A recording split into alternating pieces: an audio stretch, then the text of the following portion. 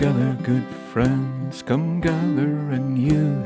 Not like the way we all used to do with a hug or a handshake, a cuddle or two, but on Skype or on Zoom and a meter or two. Between me and you, between me and you, the future is resting between me and you. Sickness and sorrow steals a good friend. Hunger and poverty hides round the bend. A time to be needing a friendship that's true. The future is resting between me and you, between me and you, between me and you. The future is resting between me and you. Times they are strange, but we must find a way to lift up our hearts and to face a new day. There's jokes and cartoons to lighten the strain, to go a bit mad or we'd all go insane. Between me and you, between me and you, the future is resting between me and you. At last there's a barber to get my hair cut. It's £25, the price has gone up. How much for a shave? Just £7, he said. All right, says I, just shave my head. His answer was no, and I thought with a smile, I suppose it just grows on you after a while. Between me and you, between me and you, the future is resting between me and you. So hard for to know just what to believe. There's news that is true and there's news to deceive. But I'll wash my two hands when I come and I leave, and I'll still wear a mask and sneeze in my sleeve. Between me and you, between me and you, the future is resting between me and you. Good God of Almighty forgives all the time. Humans forgive just some of the time. Nature forgives but never forgets. It takes what we give and it gives what it gets. Between me and you, between me and you, the future is resting between me and you. So good friends and companions, be safe and be true. Friendship and love is the best we can do. The virus of hatred has not gone away. We all need each other to show us the way. Between me and you, between me and you, the future is resting between me and you, between me and you, between me and you. The future is resting between me and you. Thank you very much indeed. You're very welcome. A happy Halloween to you. I'm here in the middle of the forest in Rostrevor, and very Halloween weather, and why wouldn't it be? If you're going to have Halloween weather, you may as well have it at Halloween. The leaves change in colour and teaching us the art of dying beautifully. And of course they'll be up in no time. Again, like the rest of us maybe, you never know. But I was just coming up through the village there, and maybe the best way to say Happy Halloween is through the little stones, the coloured stones that the children of all ages have put along the edge of the Fairy Glen, and reminding us of Halloween. Actually, Halloween is an Irish feast. It went to America. It's a Celtic feast, and it went to America and it spread all around the world after that. And you see the odd skeleton in the middle of it all, because Halloween is actually the end of the old year and the beginning of the new year. So it's a very important feast in the Celtic calendar. And it's that time of the year when the veil between the living and the dead is at its thinnest. And that great division between the great spiritual enlightened world and our little confused one comes closer together if we keep our ears, our eyes, or some of those things tuned in. We're going to sing a song in a minute or two. It's a song about Halloween. It's called the Caille. What's a Caille, says you? Well, I grew up on a small farm. I grew up between the horse and the tractor, in the sense that when the horse died, we couldn't afford to buy a tractor. So my father did most of the work by hand. Dug the spuds with a spade, mowed with a scythe, and we would come behind him, gathering it into shaves or sheaves, then into stooks, then into shigs, then into a stack, and then McConville, the thresher man, would come round and separate the wheat from the chaff, so to speak. But the very last few strands of corn that was left standing, it was plaited into a plait like a woman's hair, a plaiting woman's hair. And indeed, I'm nearly on my own nowadays, my God, if I had one. But this was the Caille, the spirit of the harvest. Caille means, it's an Irish word, it means the veiled one. It's come to mean old woman, but it's really the veiled one. And she would come to sweep away all the bad things of the old year and prepare for the new year. So we are preparing for a new year when hopefully a lot of those terrible things of the last months and year or two will fade into another place. And we're going to sing the song, it's called the Caille. And we're going to join a virtual song. I've already sung it, to be honest. There's no point in telling you a lie. I've sung it a few years back with my daughter Maya, my son Finan, and Bruce Foley from Pittsburgh at the Pumpkin Festival in upstate New York with a wonderful man called Pete Seeger. He's no longer with us, unfortunately. But before we sing that song, Pete will give a version of a wonderful, beautiful Irish melody. Lots of words have been put to it down through the years. But Pete decided to hum it instead, and you can imagine all the words because even more words come through in the humming sometimes. You will recognize it immediately, so you can get ready to hum. Ready?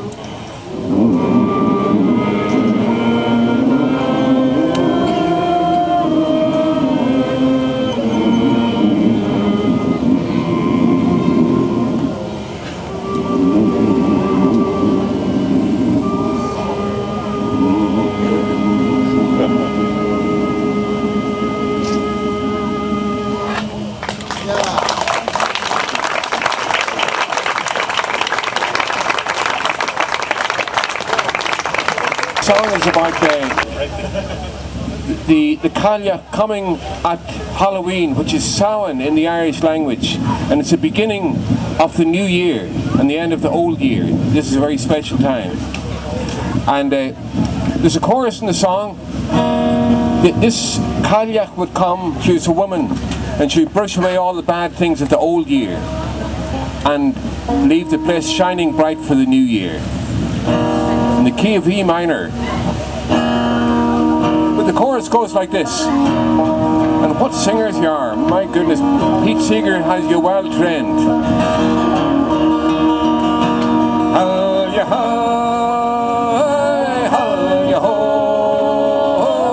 That's all you have to sing.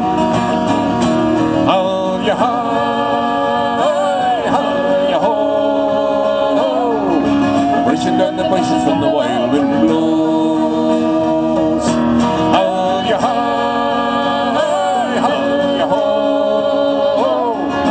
That's away your troubles and your cares and woes. Up she comes when the sun goes down and the golden grain is falling. Her locks are like the stalks of corn, and I can hear her calling. She will cry her lullaby and let the summer go, and she'll dance when the north wind blows.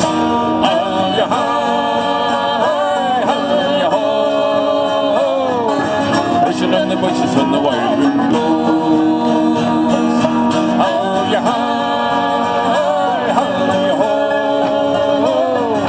Dance away your troubles and your cares and woes.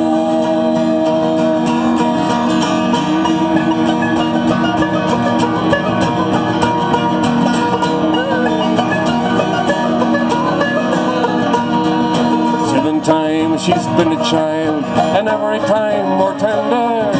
7 times she's been a bride to fire, earth and thunder. 7 times a mother to the sweetest flower that grows, and she'll dance when the north wind blows.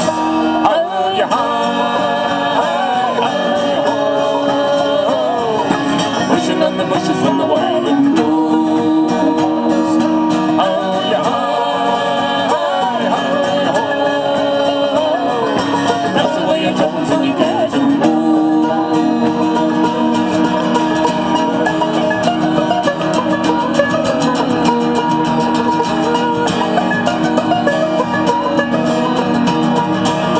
Away your tears and fears, we need that pain no longer. Anger and begrudgery are like stones upon your shoulder, to hold you up and to wave you down. It's time to let them go, and to dance when the north wind blows.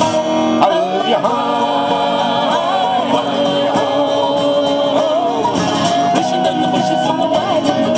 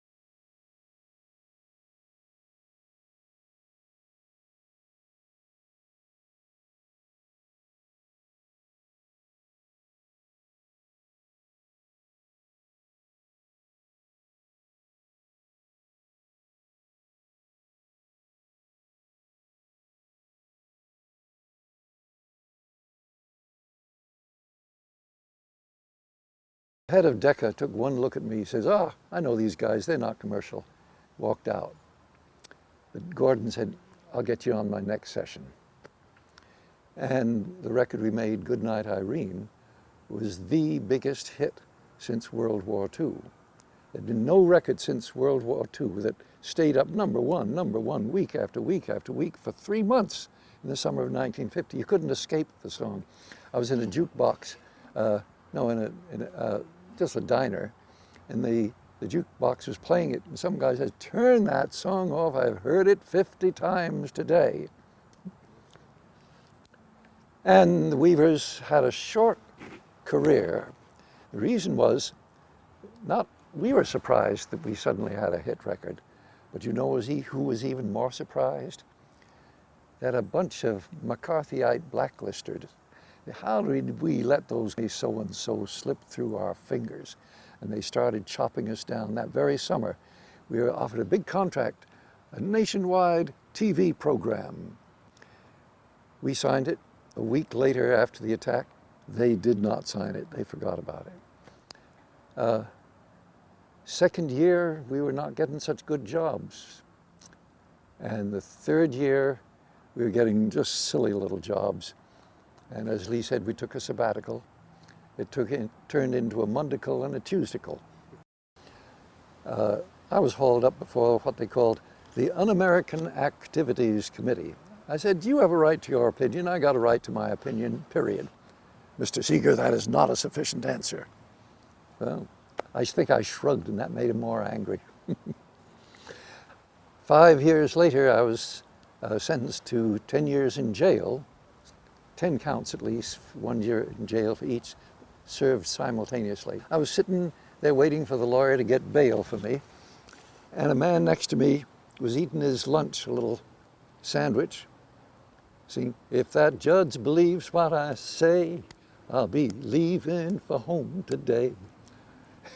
The guy next to him says, "Not if he sees your record, you won't." Actually, your great-grandmother came from Ireland at one time? I had a grandfather born on the Hudson River, and his father was a Yankee from Vermont, and his mother was from Belfast. Nelson was her name. She must have had some Scandinavian in her, Nielsen. But I have another song, you know, "There were no red-headed Irishmen till the Vikings landed in Ireland." That's a great song. All mixed up. My great-grandmother, I never met her, but they said she had second sight. And the sad but true story was, one morning she says to her husband, "Please don't go to work." He was in charge, he ran a factory making boilers, steam boilers. She said, "I dreamed that something terrible was going to happen." He said, "My dear, I can't not go to work. There's things that have to be done. I can't stay home simply because you had a bad dream." In the middle of the morning, she hears boom. And an hour later, workmen brought her his hand with a wedding ring on it, all that could be identified. He and a group of other workmen had all been blown up while testing a boiler.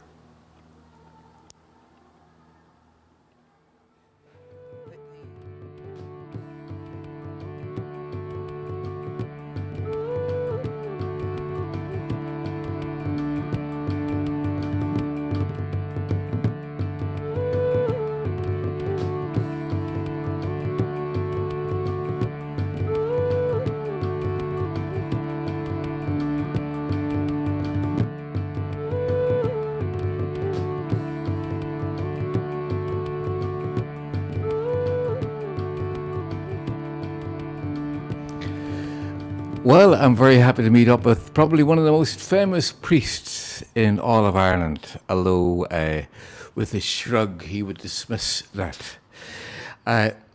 Father Brian Darcy, you have created a whole new clerical constituency by bringing the light down from the high altar into the shady ballroom corners. When did all that begin? It's like everything else, Tommy, in life. Most things begin bit by bit. And they grow organically, as they say now, though I never knew what that meant. Organically to me was my father setting cabbage with a barrel load of horse manure along the side. That was the only organic thing I ever knew, and that was real organic. Well, I'm going to stop you right there for a moment and stay there, because that's the place where it all began. And you travelled to many a place and influenced many people in so many different ways, including the creation of One Father Ted. And I'd like to talk to you about that after a while. But where did you grow up? I grew up in a little village called Ballinalek. It's about 5 miles outside Enniskillen, or really, when I'm in my more philosophical days, I say Enniskillen is 5 miles from Ballinalek. Our Protestant neighbours would come down to my mother on the 12th of July and say, will you take the children while we go to the march? And my mother would have all the children, we'd all be out playing in the field outside our house. And Daddy would do the milking for George Lee, so that George Lee could go to the 12th of July. And then in return for that, George Lee they give us the loan of the tractor so that we could cut the few acres of land that we had for the hay. And it was, it was unspoken. It was lovely. It was brilliantly done. And then, of course, from about the beginning of July to the middle of August, we withdrew, sort of thing. We withdrew, and Protestants took over, and they took the marching bands up and down the road, and and nobody said anything about it. It just, that was it. And before that, the Ballinalek would be in the championship and in the league, and after that to be in the championship, and then we'd take over then after they stopped, and we shared the countryside brilliantly. And Cahill became the vagrant musician. Boys of the Loch, and the wonderful flute player, and he was always on. Cahill was even better than a dog for telling you where the rabbits were. He had a sixth sense, and the dog would come out of a brand of bushes, and we'd say, there's no rabbits. Cahill said, no, and he used to do that with us, where he'd suck his nails, and he'd say, no, I think there's a rabbit in there. I don't think we should leave it.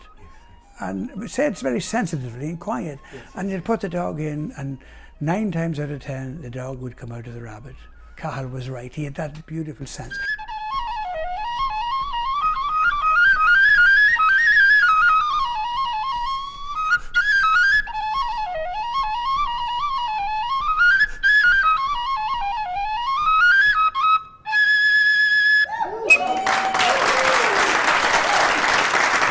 And the priest said to me, what age are you? And I said 15. And he said, did you ever think of becoming a priest? And I said, no. And he said, why? I said, well, I'd rather play football, and I like music. Well, he says, you could still play football and like music and be a priest, you know.